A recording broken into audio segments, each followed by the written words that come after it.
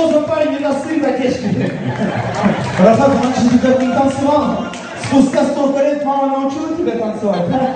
Молодец, супер. Вот любой затанцует. Ну, конечно, с такой мамой я бы танцевал, да. Супер, как танцор диска. Таким вам надо...